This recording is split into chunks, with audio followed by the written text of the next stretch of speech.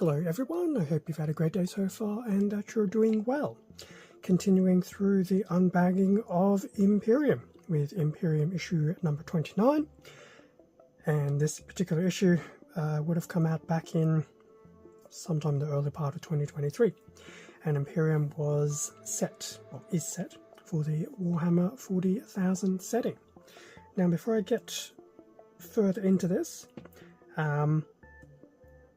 Combat Patrol, which is the successor to Imperium, is finally getting its Australian release on the 9th of Feb, which, as of recording this, is just over a week away.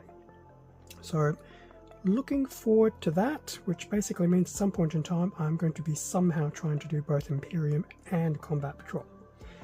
But with that being said, Combat Patrol at least should be up to date. Anyway, that was a fun little announcement, so stick around.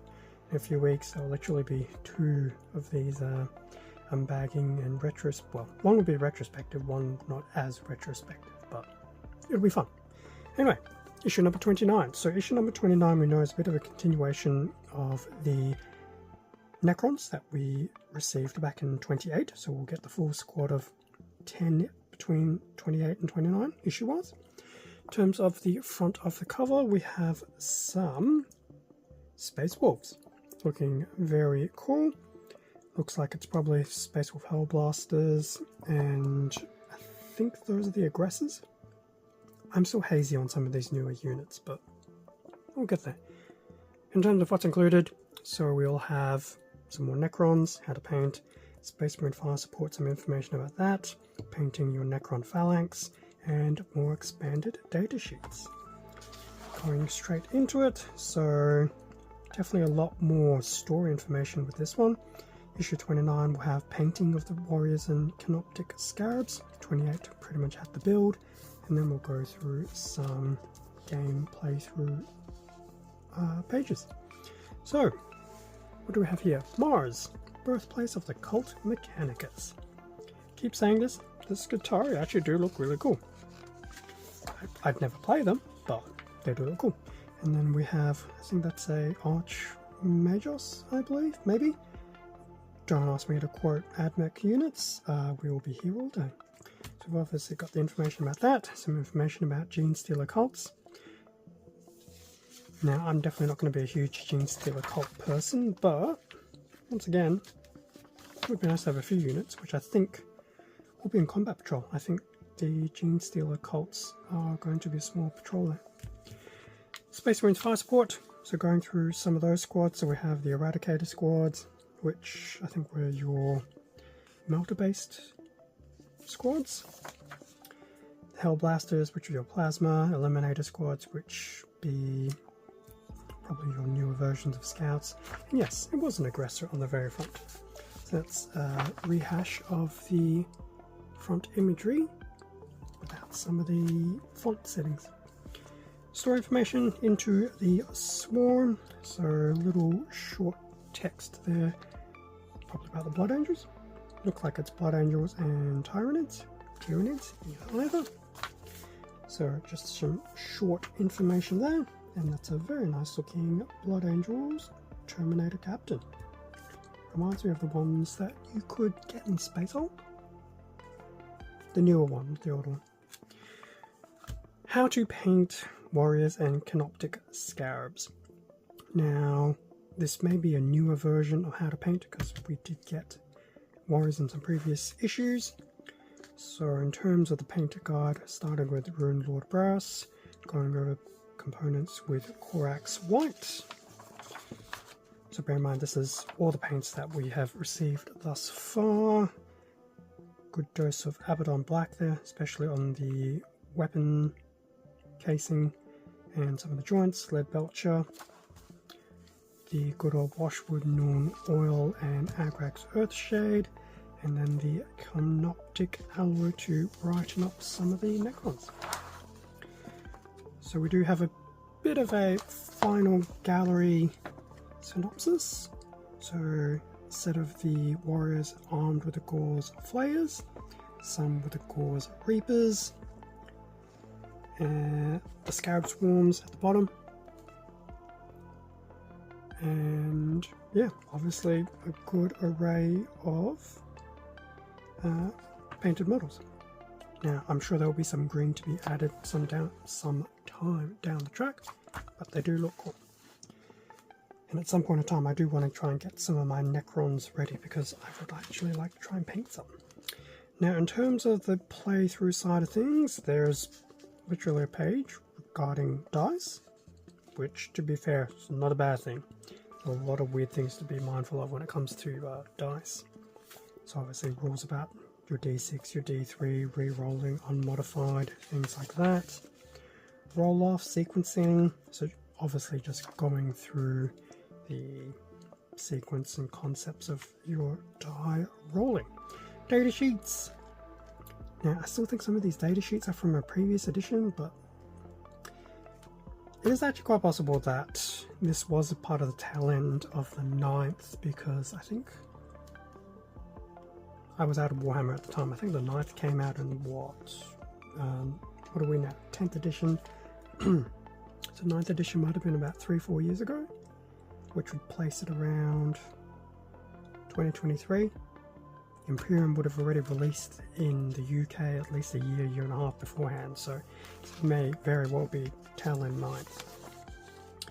So still going through various information, and then we have some data sheets here of the Librarian, the Phobos armor, which was a previous model, the Aggressor Squad, once again, previous model, and then we have a bit of a quick tutorial regarding the camo cloak and I guess how it works, water hitting weapons, such as the Flame Storm Gauntlets, because they're flame-based weapons, and we do have a scenario here.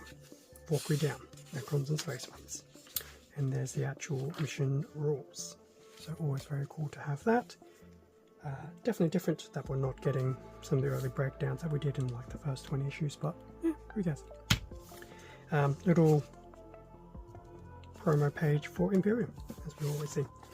Coming soon. So issue 30, basically a issue with 2 red paints. Well, one is definitely a red, one is brown, so I should have actually just said 2 paints. So Mephiston red and Morn Fang brown. And issue 31 brings us some new scenery.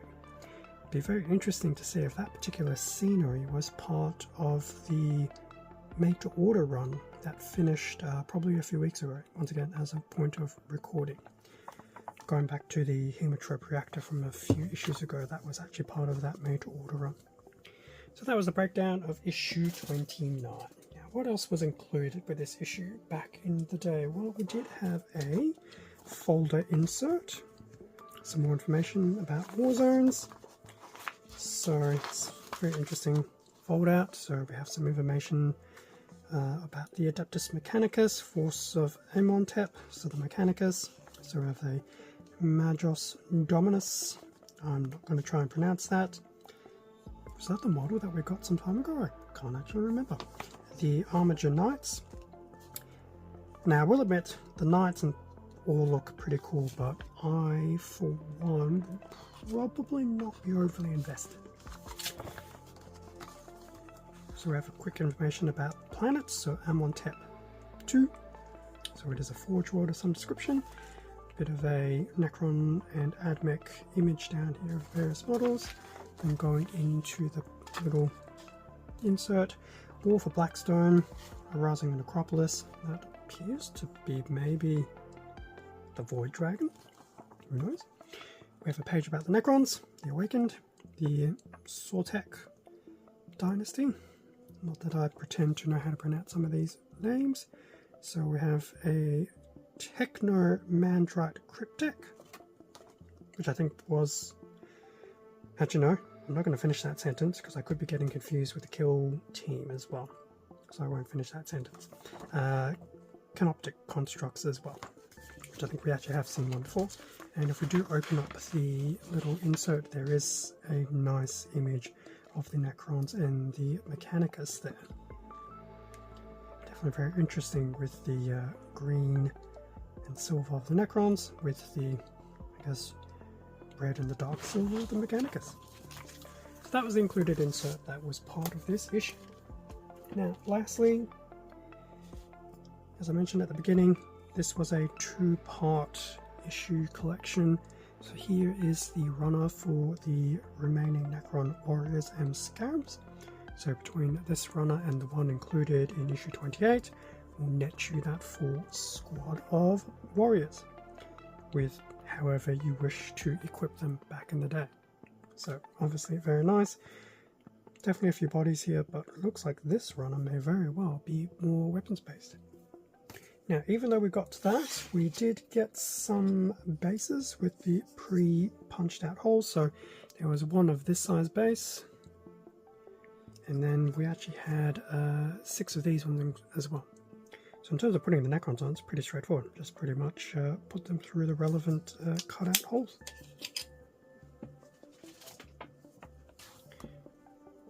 Okay, so that brings us to the end of the retrospective of Imperium issue 29. Maybe this will get back on track to being a weekly series again, and as I mentioned at the beginning, Combat Patrol will be commencing soon in Australia, so I'm going to have yet another, well, I was going to say yet another Imperium, yet another 40k subscription magazine of more armies to start playing with, but I am looking forward to Combat Patrol because I think there's about 8 or 9 armies to go through of various factions, some of which I'm curious about but wouldn't necessarily buy. The actual Combat Patrol box, for example, and some other forces will just be nice additional bolt-ons to what I already have. So definitely looking forward to that, so definitely stick around. And yes, I actually probably will try to continue this because there's still 60 odd issues to go and start up the Combat Patrol. But as I mentioned, Combat Patrol will be not as retrospective as Imperium was, or has been. Anyway, leaving it there, this has been long enough for just a stock standard issue retrospective. Thank you very much for watching this video. Feel free to leave a like, comment, subscribe if you enjoyed the content. It does help support the channel and I do appreciate it. Feel free to check out Instagram and the community tab. At the moment it is still quite Playmos centric, but I do want to try and really get through some of the 40k stuff a bit more because there's a lot to get through. Anyway, that being said, stay safe, take care. Catch you in the next retrospective, which will be issue 30, or something else on the channel. See ya.